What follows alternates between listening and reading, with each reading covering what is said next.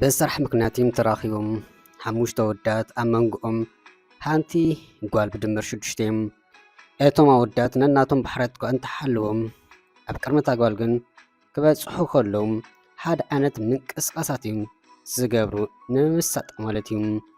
ብጀካ እቲ ሓደ ወዲ ገዲፍኩም ንሱ ወዲ ይኹን ጓል ሃብታም ይኹን ድኻም ዓብይ ይኹን ንእሽተይ ንኹሉ ብማዕረ ዝጥምት ብማዕረ ክበሃል ከሎ ዘዝግብኦን ክብሪ እንዳሕበግና ምእንቲ ከፈቶ ኢሉ ላክበጥበጥ ዝብል ማለት እዩ።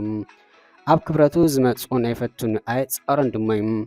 ንምንታይ ሓውዝ ይኹን መስመር ምዝሓልፍ ኣብ ኣፍዩ እቲ ክበሃል ዝግብኦ ዝብል ብኣጉኡኻ ነገራት ከይስዓረረ ከሎ የመዓራር እዩ። ዝኾነ ሰብ ንክብረቱ ምዝግሕስ ምናልባት ሓደ ክልተ ግዜ ዕድል ይሕቦም ይኸውን እምበር ካብኡ ኢኑ እንተኸይዱ ንድሕሪት ቁልሕ ኣይብልን እዩ። እዚ ክበሃል ከሎ ግና ንሱን ክብረቱ ሓልዩ ዝኸይድ ኣብ ዘይድሊ ነገር ጠብሎቕሎቕ ኣይብልን እዩ። ዘምፅኦ ጉዳይ ጥራሕ እዩ ዝገብር።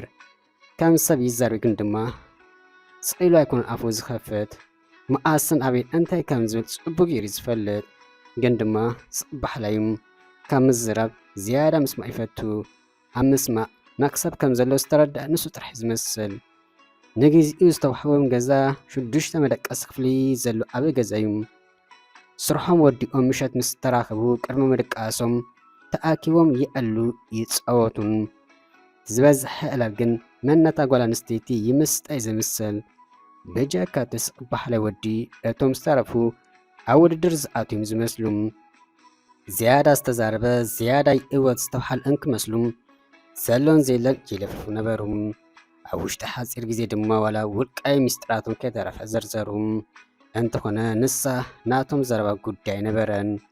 ጉዳያ እንታይ ኮይኑ ዘይዛረብ ዝብል ኣተሓሳስባ ኣብ ሓንጎላ ምዝዋር ካብ ዝጅምር መዓልታት ሓሊፉ እዩ። ስቕባሕላይ ወዲ እንተደልዩ ጥራሕ እዩ ዝዛረብ ይስሐቅ ይፃወት ድማ ግና ከምቶም ካልኦት ኣይኮነን። ክብረቱን ሚዛኑ ብዝሓሎ መንገዲ ኣወዳት ክውንኖ ኣብ ሕልኽ ዝኣትዩ ዝመስሉ ሓንሳብ ብውልቃ ቤና ክረኽባ ይደልዩ። ገሊኦም ድማ ሕያው ከይተረፈ ክማልኡላ ጀመሩ። ግንከ ወይ ከም ክንዲ ንሳቶም ዝደኸሙ እቲ ስቕባሕላይ ዝያዳኦም ኣቓልዎ ረኸበም። ከምኡ ደሊ ኣይኮነን ዝብል በቃ ካብ ቀደሙ ኣካይዱ ንሱ እዩ።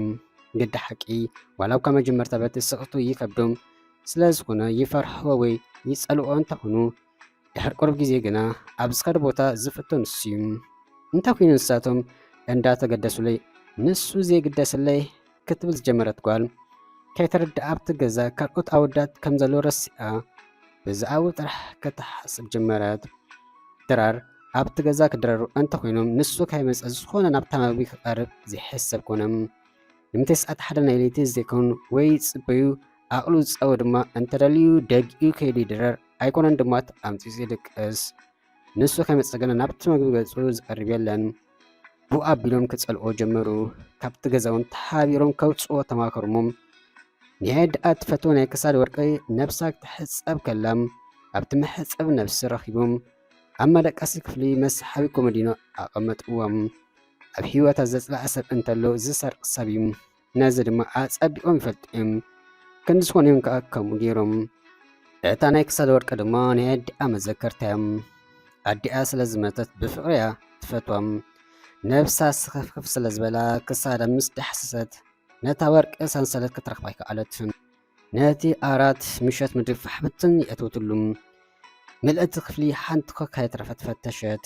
ናብ መሕፀቢ ነብሲ ሳሎን ክሽነ ተዛውረት ወይ ከም ክትሕፀብ ኢላ ከም ዝውፀታ ስለዝተዘከራ ነቶም 5 ኣወዳት ብኣውያት ናብ ሳሎን ኣከበቶም። መጀመርታ ነብሳ ኣረጋጊኣ ወርቂ ዝረኣይ ክትብል ብትሕትና ሓተተት። የግዳስ ኩሎም ንሕና ይረኣናን በሉ። ፀኒሓ ክትኣገርግር ስለ ዝጀመረት ሓደ ካብቶም ዝተማኸሩ ፈትሽና ምእንታ ልብኸ ክረጋኣል ክብል ሓሳብ ኣቕረበም። ኩሎም ነቲ ሓሳብ ደገፍዎ። በብሓደ ፈቲሻ ኣብ ናይቲ ስቕባሕላይ ክፍሊ በፅሐት እሞ ክትፍትሽ ጀመረት። ንዝረኣያቶ ነገር ምእማን ስለ ዝተፀገመት ንሱን ኣብ ኣግርሞት ከሎ ብፅፍኢት ክሳብ ስግር ገዛ ድምፂ ዝስማዕ ኣላደደቶም።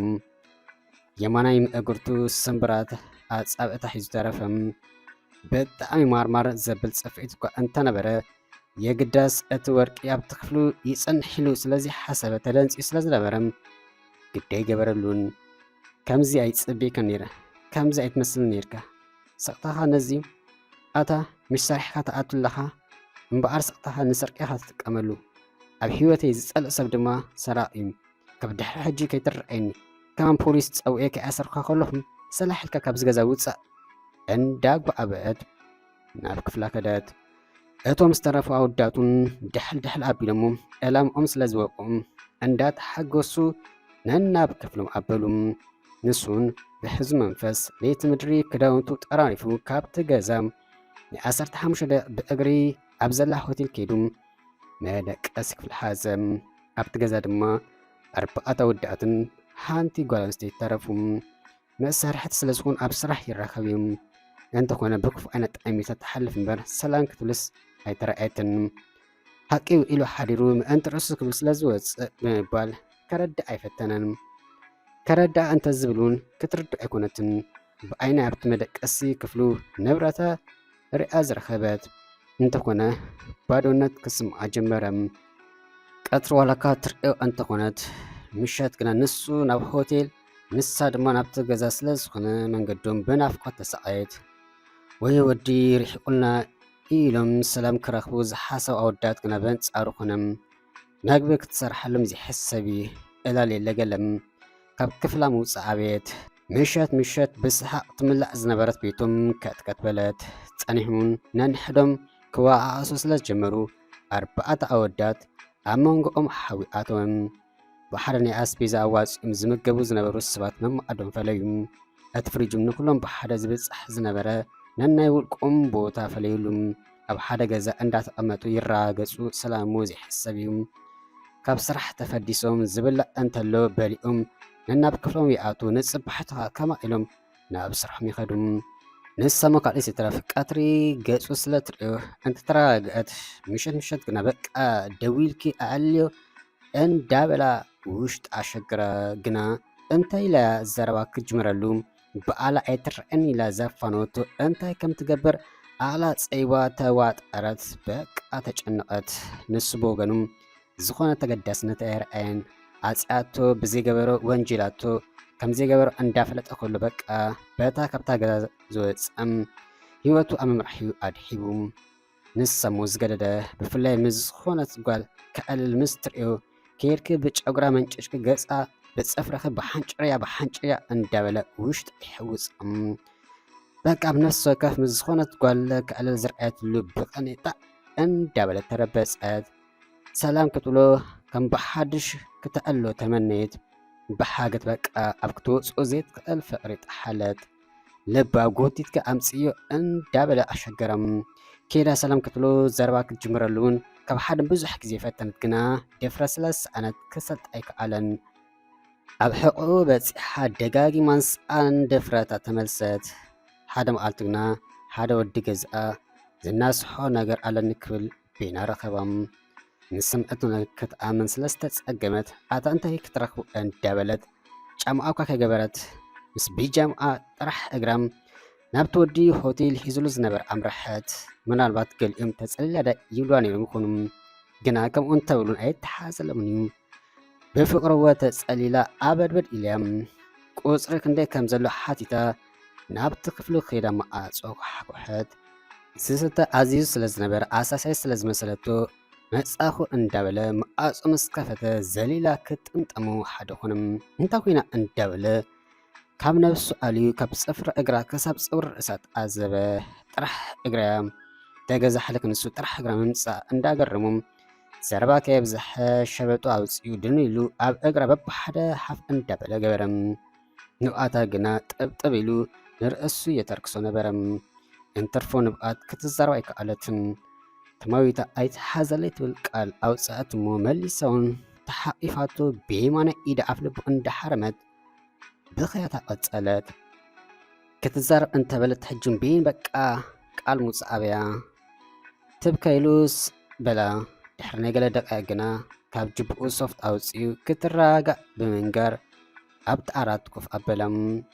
ትማዊታ ነብሳ ኣረጋጊኣ ስለቲ ብዘይወዓሎ ከም ሰራቂ ሓሲባ ካብቲ ገዛ ከም ዝወፅእ ዝገበረት ኩሉ ዘጋጠመ ነጊራ ተዳፊኣ ይቕሪ ተሓተተት ፀገም ይብሉ ንስኺ ደኣ እንታይ ጌርኪ መንገዲ ሓቂ ኩሉ ግዜ ሓቂ ድማ ምእንተ ርእሳ ክትብል ጊዜኣ ሓልያ ደበቅ ክትብል እያ ኢላ ድማ ስለዚ ድሓ ናይ ተሸገሪ ይቕረ ይኹንኪን ሕጂ ግዳ ኪዲ መሲ ጃኬቱ ደሪቡ ክስደደለየ ፈፂማ ካብቲ ክፍሊ ክትወፅእ ፍቃደኛ ኣይኮነትን ፈተወኒ ፅልኣኒ ብድለየ ክሓሰቦ በቃ ፈቴካ ኣለኹ ርግፀኛ ይጓል ፈቴካ ስለ ዝበለትካ ብካልእ መንገዲ ከምዘይ ጥምቶ እንዳበለት ዓይኑ ጠመተት ምስ ደቂ ኣንስትዮ ዘበኣሶ ነገር ተሎ ስኢለን የፍቅረኦ ስለ ዝኾና ዘይርድአን ምዃኑ እዩ ንሱ መፍቃሪቱ ሸይጡ በልዒወይ ፈፂሙ ናይ ፍቅሪ ስምዒት ተሰሚዕዎ ኣይፈልጥን ሓንቲ ኣፍቃሪት ነያቱ ኣብኡ እንከለዉ ዝተላመዱ የፍቅረኪ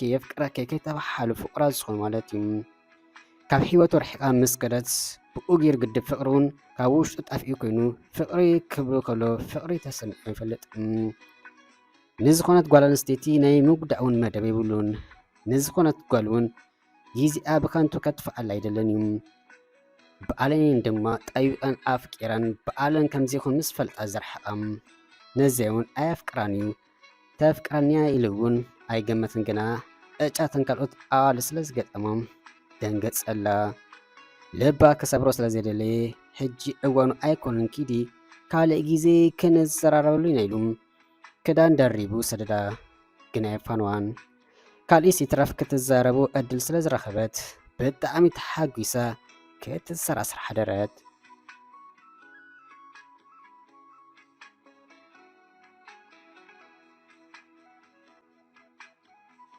ነፅባሒቱ ዋላውካ ገጾም ክትርኢ ድሌት እንተዘይነበራ ግና ቁርሲ ሰርሓ ንኩሎም ደገዝ ዓደመቶም እንታይ ደኣ ተረኺቡ ኢሎም ኩሎም ናብቶም ኣዲ ተኣከቡ እቲ ዝነገራ ወዲ ሚስጥር ከም ዘምለቐ ሓቢሩ ይቕሬታ ክሓቱ ነገሮም ኣብዛ ፀፍሮም ክኣቱ እንዳደልዩ ይቕሬታ ሓተቱ ይቕሬታ ድማ ግብረትሎም ግና ስኢላ ዘይኮነት ነቲ ካብቲ ገዛ ዝወፅ ወዲ ናብቲ ገዛ ዝመልሶ እንተኮይኖም እዮም ብሓጎስ ኩሎም ሓረበሉ ፋሕፋሕ ኢሎም ዝነበሩ ኣወዳት መሊሶም ተጠራንፎሞም ብሓደ ሰሚሮም ክመልስዎ ፃኣሩ ንሱ ግዳ ኣቕበፀ ንሱ እምቢ ኣብ ዝበለሉ ግዜ ድማ ንሳ ብፍቅሪ ኣይበላ ኣይስተ ኮይና ካብ ስራሕ ክተበኩር ጀመረት ናይዚኣ ፍሉይ ፍቅሪ ፅቡቅ ገይሩ ሰርሒላ ኣወዳት ደጋጊሞም ለመንዎ ብሰንኪ ዛጓል ምስ ትሞት ተሓታቲኸም ካልእ ሴትረፍ ክሳብ ተሓዊ ንኣ ተመለስ በልዎም ካይፈትወ መውድኣቱ ኣብቲ ገዛ ኣተወ ሕልፊ ካልኦት ድማ ክከናኸና ጀመረ ሃዚሉ ናብ መሕፀቢ ነብሲ የብፅሓ ክሳብ ክዳውንታ ከይተረፈ ክቅይረላ ጀመረ ብጣዕሚ ተኻኢለያ ቀስ እንዳበለት ግና ኣቕማ ክትኣኻኽብን ናብ ጥዕናኣ ክትምለስ ጀመረት ናታ ናብ ጥዕና ምምላስ ጥራሕ ግና ኣይኮነን ንሱ ክከናኸና ምስ ጀመረ ብድንጋፀ ጀሚሩ ናብ ፍትወት ሰጊሩ ስለ ዘፍቅራ የፍቅረኪ ኣብ ዝበለላ መዓልቲ ድማ ፅቡቅ ጌራ ሓወየት እሞ መወዳእትኡስ ፍቁራት ኮኑ